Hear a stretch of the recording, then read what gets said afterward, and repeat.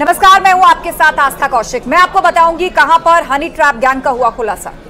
नमस्कार, मैं हूं आपके साथ अमित गर्ग शुक्ला। मैं आपको बताऊंगा कहां पर आधी रात को शटर काटकर चोरी की वारदात को अंजाम दिया गया। नमस्कार, मैं हूं आपके साथ अनुपम। मैं आपको बताऊंगा पाकिस्तान से आई अंजू को कहां मिली है नौकरी और आखिर अंजू के बारे में और क्या चीजें हैं जिनको जानना आपके लिए जरूरी है।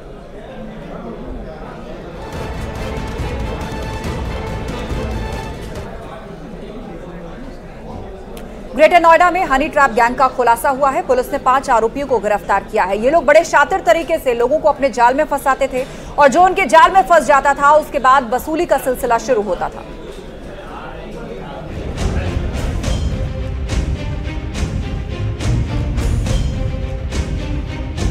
अनजान नंबर से कॉल आए तो सावधान, कहीं हनी ट्रैप में ना फंस जाएं आप, क्योंकि दिल्ली एनसीआर में हुस्न के जाल में फंसाने वाले कई गिरोह सक्रिय हैं और जो इनके जाल में एक बार फंस जाए तो फिर उसकी जिंदगी सामान्य नहीं रह पाती। वो 24 घंटे परेशान रहता है क्योंकि हनी ट्रैप में शामिल गिरोह पीड़ित की गाड़ी कमाई पर सेंध लगा देते हैं। पुलिस की गिरफ्त में मुंह छिपाकर खड़े ये सभी आरोपी इसी गिरोह के सदस्य हैं। इनमें एक महिला भी है जो इस गैंग की सरगना बताई जा रही है और इसके साथ खड़े ये 2 युवक इसी गैंग के सदस्य हैं। बाकी के 2 आरोपी महिला की नाबालिग बेटी और भतीजी को बताया जा रहा है। ग्रेटर नोएडा में हनी ट्रैप का इनका धंधा जोरों से फल फूल रहा था। आपने अक्सर देखा होगा कि अनजान नंबर से फोन कॉल्स और व्हाट्सएप पर मैसेज आते हैं। उसमें तरह तरह की ऑफर देने की कोशिश की जाती है और इसलिए सावधानी बेहद जरूरी है। कहीं कोई आपको बर्बाद करने की फिराक में तो नहीं है। ये गिरोह भी लोगों को ऐसे ही फंसाता था। अनजान नंबर पर मिस कॉल के जरिए ये लोगों को हनी ट्रैप के जाल में फंसाया करते थे। बताया जा रहा है आरोपी कविता की बेटी और भतीजी मोबाइल पर मिस कॉल और मैसेज कर दोस्ती का ऑफर देते थे और ऐसे ही लोगों को अपने प्रेम जाल में फंसाया जाता था। इनके झांसे में जब कोई शख्स इनसे मिलने की कोशिश करता तो आरोपी कविता और उसके साथी मौके पर पहुंच जाते और इस तरह पीड़ित शख्स को दुष्कर्म, छेड़छाड़ और पॉक्सो के झूठे केस में फंसाने की धमकी दी जाती थी और बाद में पीड़ित से लाखों रुपए ऐंठते थे। हनी ट्रैप में फंसाते हैं, तत्पश्चात इनको भय दिखाकर इनसे पैसे की वसूली करते हैं। नगद और क्रेडिट कार्ड के माध्यम से यह लोग पैसे की वसूली करते हैं। तहरीर के आधार पर अभियोग पंजीकृत किया गया और इसमें जो इस गिरोह की सरगना है कप्तान नाम की महिला और उसके पुरुष मित्र फारूक एवं अन्य सहयोगियों को गिरफ्तार किया गया है। दरअसल कुछ दिन पहले गिरोह के सदस्यों ने एक युवक को डरा धमकाकर 1,67,000 रुपए वसूले थे। पीड़ित शख्स ने पुलिस को हनी ट्रैप में फंसने की जानकारी दी, जिसके बाद सूरजपुर पुलिस और एसओजी टीम एक्शन में आई। गिरफ्तार किए गए आरोपियों के कब्जे से 82,000 कैश, 40,000 ऑनलाइन खरीदा हुआ सामान, कार और मोबाइल बरामद किया गया। तहरीर दी गई, उसके द्वारा बताया गया कि कप्तान नाम की महिला अपने पुरुष मित्र एवं अन्य महिलाओं के माध्यम से मैसेज आदि के माध्यम से हनी ट्रैप में फंसाते हैं। गिरोह की सरगना कविता समय से इस काम में लिप्त है। उसकी क्राइम हिस्ट्री काफी पुरानी है और लगभग 6 माह से यह लोग इस प्रकार के कार्य को कारित कर रहे हैं। तरीका क्या था इनका फंसाने का? इनका तरीका ये था, कप्तान से जब जानकारी हुई, पूछताछ हुई तो कप्तान के द्वारा विगत वर्ष जनवरी 2023 में भी अपनी पुत्री के माध्यम से पॉस्को एक्ट के अंतर्गत अभियोग पंजीकृत कराया गया था और बाद में अभियुक्त के द्वारा आपस में पैसे लेकर के सुलह समझौता किया गया और माननीय न्यायालय में 164 के बयानों में हॉस्टाइल कराया गया। कहा जा रहा है कि अब तक ये गैंग 5 से ज्यादा लोगों को हनी ट्रैप में फंसाकर लाखों रुपए वसूल चुका है। बड़े बड़े शहरों में ऐसे गैंग बहुत एक्टिव हैं। फोन के जरिए इस तरह से ठगी करने के मामले लगातार सामने आ रहे हैं। न्यूज़ 18 के लिए नोएडा से हिमांशु शुक्ला की रिपोर्ट।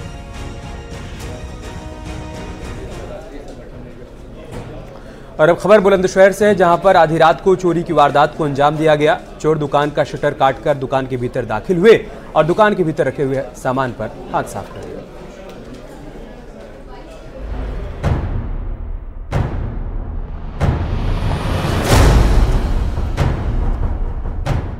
रात के अंधेरे में आए चोर, ज्वेलरी की दुकान में चोरी की कोशिश।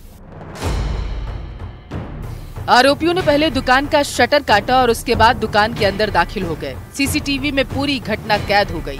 बुलंदशहर के अनूप शहर कोतवाली क्षेत्र का ये मामला है। यहाँ के हरिद्वारपुर इलाके में आधी रात को चोरों ने ज्वेलरी की दुकान में सेंधमारी की कोशिश की। पहले एक युवक शटर से दुकान के अंदर आया, उसके हाथ में टॉर्च थी। वो दुकान के लॉकर के पास पहुंचा और लॉकर को तोड़ने की कोशिश करने लगा। कुछ ही पलों में उसका एक दूसरा साथी भी दुकान के अंदर आता है और उसके हाथ में लोहे की रॉड जैसी कोई चीज दिखाई दी। वो भी लॉकर की तरफ बढ़ा, अपने साथी की मदद करने की कोशिश करता रहा, लेकिन काफी देर हो गई।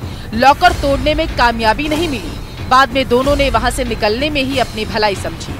बाहर जाने से पहले युवक दुकान के कोने कोने में टॉर्च जलाकर देखता रहा, शायद कुछ कीमती सामान मिल जाए, लेकिन ऐसा हो नहीं सका।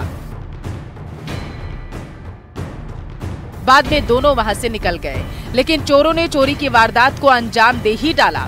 बताया जा रहा है कि ये दोनों युवक ज्वेलरी की दुकान के पास किराना स्टोर में चोरी करने में कामयाब रहे। पीड़ित किराना दुकानदार के मुताबिक दोनों ने पहले उसकी दुकान का शटर काटा, उसके दुकान के अंदर रखे करीब 14,000 कैश पर हाथ साफ कर दिया। सुबह जब इलाके के दुकानदार दुकान खोलने के लिए पहुंचे तो सभी की आंखें फटी की फटी रह गई। 2 दुकानों का शटर कटा हुआ था। जब अंदर जाकर देखा गया तो दुकान में सामान अस्त व्यस्त था। बाद में जब सीसीटीवी खंगाले गए तो सभी के होश उड़ गए। पीड़ितों ने पुलिस थाने जाकर चोरी की शिकायत दर्ज कराई है।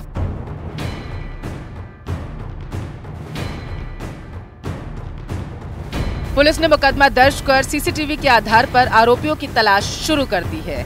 अब इसी के आधार पर आगे की पड़ताल होगी। Bureau report, news 18।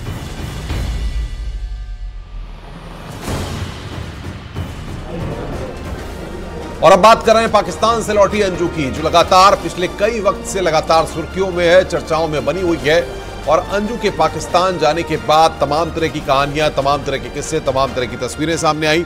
लेकिन अंजू के वापस आने के बाद अब सबसे बड़ी खबर यह है कि अंजू को देश में नौकरी मिल गई है। कहां उसे नौकरी मिली है, क्या उसे काम करना है, आइए इस रिपोर्ट के जरिए हम आपको दिखाते हैं।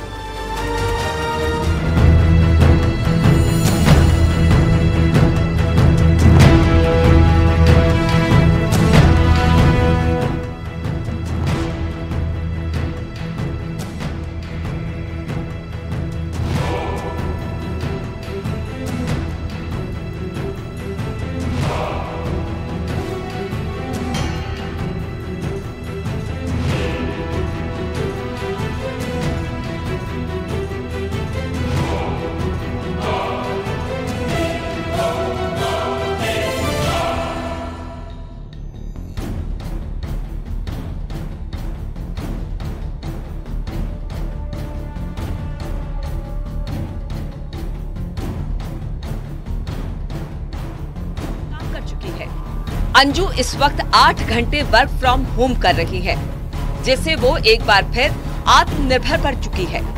अंजू ने कहा कि पहले भी वो राजस्थान के भिवाड़ी में ऑनलाइन नेटवर्किंग का काम कर रही थी और आगे भी यही काम करना चाहती है। वो खुद की कंपनी शुरू करने की भी सोच रही है। अंजू बताती है कि पहले वो लोगों के पास जाती थी और उन्हें जोड़ने की कोशिश करती थी, लेकिन अब लोग अच्छा रिस्पॉन्स दे रहे हैं। इतना ही नहीं, उससे कई लोग जुड़ रहे हैं। इस तरह अंजू ने साफ किया कि वो आगे क्या करना चाहती है। इस वक्त अंजू के बच्चे भी उसी के साथ रह रहे हैं। वो छुट्टियों के बाद भिवाड़ी लौट जाएंगे। अंजू ने मीडिया को बताया कि वो अपने पाकिस्तानी पति नसरुल्लाह के साथ ही रहना चाहती है और बहुत जल्द वो वीजा लेकर भारत आएगा। लेकिन अभी अंजू की कहानी में एक सस्पेंस और बाकी है, क्योंकि अभी अंजू की दुश्वारियां कम होने का नाम नहीं ले रही है। पहले ये कयास लगाए जा रहे थे कि वो अपने पहले पति अरविंद से तलाक लेने आई है, लेकिन 1 महीने बीतने के बाद भी अरविंद से तलाक लेने वाली बात आगे नहीं बढ़ी। अचानक अंजू मीडिया के सामने आई और उसने साफ कर दिया कि वो अब पहले पति अरविंद के साथ नहीं रहेगी। अंजू ने पहले पति अरविंद से तलाक भी मांगा है। उसने तलाक के लिए कोर्ट का दरवाजा खटखटाया है, लेकिन अरविंद इस पर आनाकानी कर रहा है। अरविंद ने तलाक के पेपरों पर साइन नहीं किए हैं। अब सवाल है कि अरविंद क्या चाहता है, वो अंजू को तलाक क्यों नहीं दे रहा। वहीं अंजू के मुताबिक इस बात से उसका पाकिस्तानी पति नसरुल्लाह परेशान है। उसने पाकिस्तानी मीडिया को दिए एक इंटरव्यू में कहा कि जब अंजू अरविंद के साथ नहीं रहना चाहती तो वो उसे तलाक क्यों नहीं दे रहा है। इतना ही नहीं, उसने जल्द भारत आने की बात भी कही है। उसने कहा कि वो 2 महीने में भारत जाएगा। फिलहाल अंजू नौकरी कर रही है और उसने कहा है कि उसे अब घरवालों की भी जरूरत नहीं। Bureau report, news 18। एक 7 साल की बच्ची की किडनैपिंग की साजिश रची गई और उसे किडनैप कर भी लिया गया, लेकिन सीसीटीवी ने इस किडनैपिंग के पूरे राज को सामने ला दिया। इस पूरी किडनैपिंग में मासूम की मां भी शामिल थी। ये रिपोर्ट देखिए।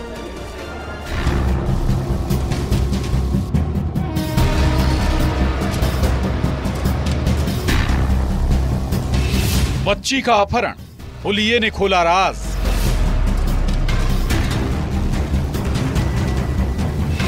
ट्रेन में किडनैपर, भरोसे पर प्रहार।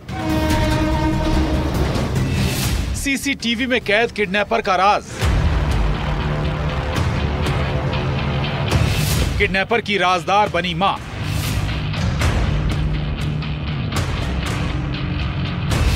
वो 20 दिन ममता का सौदा। ट्रेन का एक ऐसा सफर जिस सफर में ये किडनैपर ट्रेन में चढ़ा, जिसका मकसद साफ था। वो 7 साल की मासूम बच्ची को अगवा करना चाहता था। वारदात 15 दिसंबर को हुई, लेकिन एक दिन पहले ही इस आरोपी ने रेकी कर ली थी और 15 तारीख को वो इंतजार कर रहा था कब वो बच्ची आएगी। बच्ची अपने पिता के साथ मैहर रेलवे स्टेशन पहुंची, ट्रेन में सवार हुई और उसी वक्त ये किडनैपर भी बैठा, जिसने बच्ची के पिता से जान पहचान बढ़ाई और कहा वो भी उसी गांव जा रहा है जहां आप जा रहे हो। ये सारा मामला थाना उचेहरा का है, जिसमें कि एक नाबालिग बालिका का अपहरण का मामला सामने आया था, जिसमें तत्काल थाना उचेहरा में धारा 363 के तहत अपराध पंजीबद्ध करके विवेचना में लिया गया था। उचेहरा के बौली चौराहे तक आरोपी साथ ही गया। बच्ची को प्यास लगी, पानी पिलाने के बहाने किडनैपर उसे अपने साथ ले गया। अपहरण की ये वारदात अपने आप में हैरान करने वाली थी। मामला दर्ज हुआ। यूपी, बिहार, छत्तीसगढ़ में भी पुलिस की टीम पहुंची, लेकिन पुलिस के हाथ कोई सुराग नहीं लगा। लेकिन हाथ लगा सीसीटीवी फुटेज, जिसमें बच्ची आरोपी के साथ जाती हुई नजर आई। सोशल मीडिया पर यह वीडियो और आरोपी की तस्वीर सर्कुलेट की गई। ये बात आरोपी को भी पता लग गई और उसने बच्ची को 20 दिन बाद मैहर स्टेशन पर छोड़ दिया। बच्ची तो मिल गई, लेकिन किडनैपर कौन है उसे कैसे पता चला? बच्ची किस दिन किस ट्रेन से जाने वाली है? बच्ची से पूछताछ में कुछ जानकारी पुलिस के हाथ लगी और आरोपी तक पुलिस वाले पहुंचे। रायपुर बघेलान से आरोपी संजय उर्फ जिग्गी लाल की गिरफ्तारी हुई। विवेचना के दौरान पुलिस ने उक्त बालिका को सकुशल दस्तयाब किया था और बालिका से पूछताछ जब की गई तो उससे जो इनपुट मिले उसके आधार पर आरोपी को भी गिरफ्तार किया गया। अब इस किडनैपिंग की कहानी में सबसे चौंकाने वाला खुलासा सुनिए। बच्ची की मां इस किडनैपिंग के बारे में सब कुछ जानती थी। पुलिस की माने तो बच्ची की मां ने अपने एक्स प्रेमी संजय से समझौता किया था। दरअसल महिला की 4 बेटियां हैं। आरोपी ने उससे एक बेटी मांगी, बदले में हर महीने 5,000 रुपए देने का सौदा हुआ। आरोपी से पूछताछ करके उसका मेमोरेंडम लिया गया, जिस पर से उस बच्ची की मां को भी आरोपी बनाया गया है। अतः प्रकरण में कुल 2 आरोपी हैं। एक तो वह जो कि बच्ची को लेके गया था, साथ में उसकी मां को भी इसमें आरोपी बनाया गया है साक्ष्य अनुरूप, और दोनों को गिरफ्तार करके पुलिस ने जेल भेज दिया है। एक मां जिसने ममता का सौदा किया, ये खुलासा होश उड़ाने वाला है। सतना से शिवेंद्र सिंह बघेल के साथ bureau report, news 18, Madhya Pradesh, Chhattisgarh. खबर रायपुर से, जहां पर बदमाशों ने सड़क पर जमकर तांडव मचाया, उत्पात मचाया, हंगामा किया, तोड़फोड़ की। लेकिन उसके बाद क्या हुआ, आप इस रिपोर्ट में देखिए।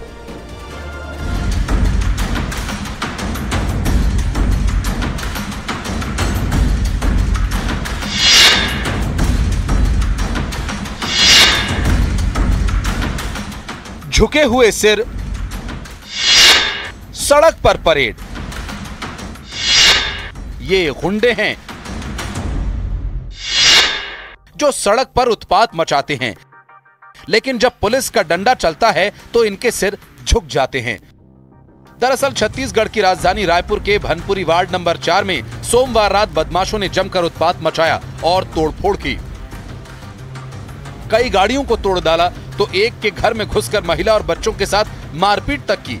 वो भी ये कोई 1-2 लोग नहीं थे, बल्कि करीब 3 दर्जन लोग थे। वजह क्या थी वो भी जान लीजिए। दरअसल 2 गुटों में आपसी रंजिश चल रही थी।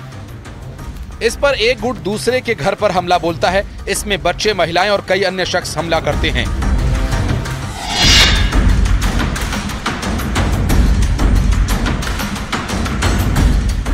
अब और तस्वीरें देखिए जिसमें गाड़ियों में तोड़फोड़ होती हुई दिखाई दे रही है।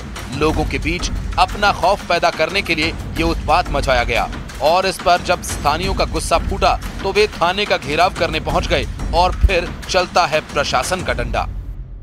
आज शाम को थाना खमतराई के भनपुरी एरिया में कुछ असामाजिक तत्वों के द्वारा आके कुछ संख्या में आके पब्लिक की गाड़ी में तोड़फोड़ किया गया है और कुछ लोगों से हुज्जतबाजी मारपीट किया गया है, जिस पर थाना खमतराई में अपराध दर्ज कर लिया गया है और आरोपियों की पता तलाश की जा रही है। एक आरोपी को अभी हमने अपने अभिरक्षा में ले लिया है। इसके बाद पुलिस एक्शन मोड में आती है और फिर होती है पुलिसिया कार्रवाई। 19 आरोपी गिरफ्तार किए गए और उनका जुलूस निकाला गया। तो ये कहा जा सकता है ये ऐसे आदतन अपराधी हैं जो लगातार भनपुरी क्षेत्र में, उरला क्षेत्र में इस तरह की जो घटना है उसे अंजाम देते रहे हैं। तो दहशत खत्म करने की कवायद पुलिस है कर रही है और बड़ी संख्या में लोग हैं वो मौजूद हैं और आप देख सकते हैं ये तस्वीर साफ बयां कर रही है कि किस तरह से आरोपियों का जुलूस निकाला जा रहा है। पुलिस ने बदमाशों को साफ इशारा कर दिया कि अगर संभले नहीं तो संभाल दिए जाओगे। ऐसा जुलूस फिर सड़क पर हमेशा निकाला जाएगा। ये तस्वीर उन बदमाशों को ये कह रही है कि सुधर जाओ, नहीं तो सुधार दिए जाओगे। Report, news 18। पिथौरागढ़ से खबर है जहां पर स्थानीय लोगों और सेना के बीच में विवाद लगातार गहराता जा रहा है। पारंपरिक रास्तों को लेकर यह पूरा विवाद गहराता जा रहा है और यह पूरा मामला टेढ़ी खीर साबित हो रहा है।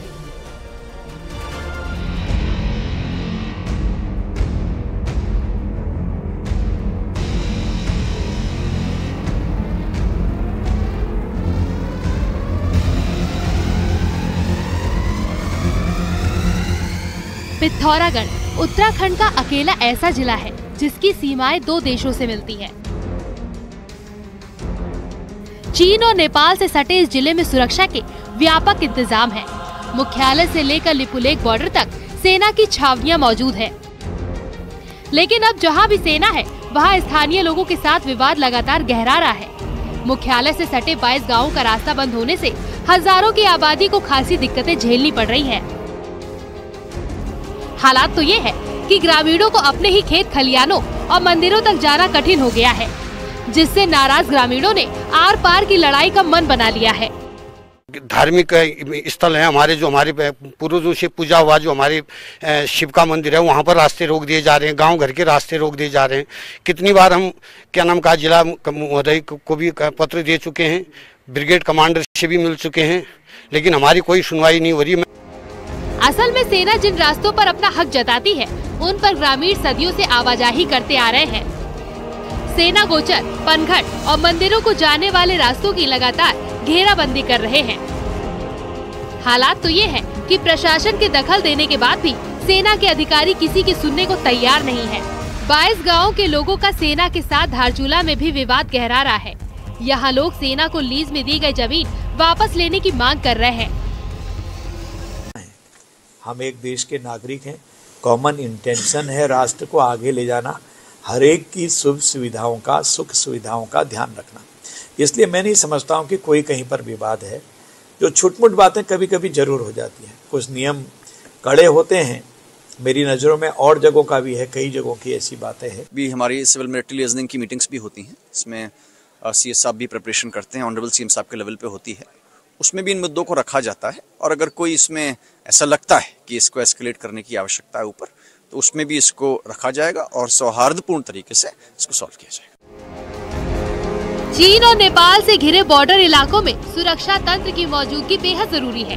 यही नहीं, सामरिक जरूरतों को पूरा करने के लिए सेना को जमीन की भी जरूरत है। ऐसे में बेहतर यही होता है कि सामरिक जरूरतों को पूरा करने के साथ ही ग्रामीणों की दिक्कतों का भी हल निकाला जाए। अगर ऐसा नहीं होता है तो तय है कि पक्ष विपक्ष और स्थानीय लोग इस मुद्दे पर जल्द ही आर पार जंग में कूदते नजर आएंगे। हल्द्वानी से शैलेंद्र नेगी के साथ पिथौरागढ़ से विजय वर्धन, उप्रेती की रिपोर्ट।